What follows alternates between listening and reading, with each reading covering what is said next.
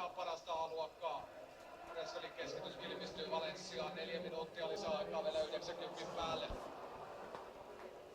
Downingin keskitys. Nolan onnistuu puskemaan pallon kohti maalia, mutta ei mitään sen ihmeempää. Vielä kerran oikein pysäytyksen kanssa.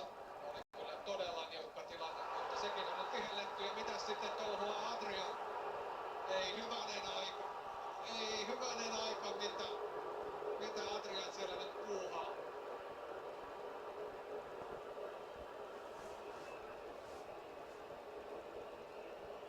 Keltaisella kortilla siitä Weston Veskari taitaa selvitä.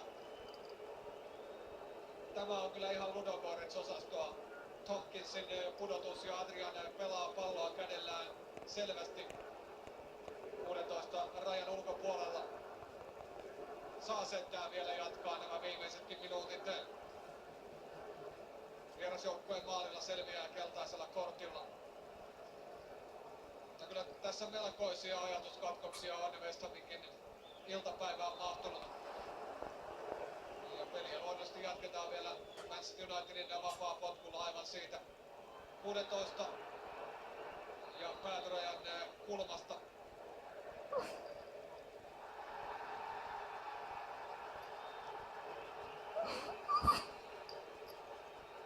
Valencia ottaa vähän ennakkoa.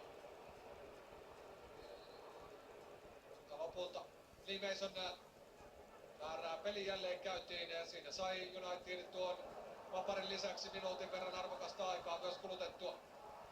Ja kaiken lisäksi onnistuu vielä pitämään pallon hallussaan.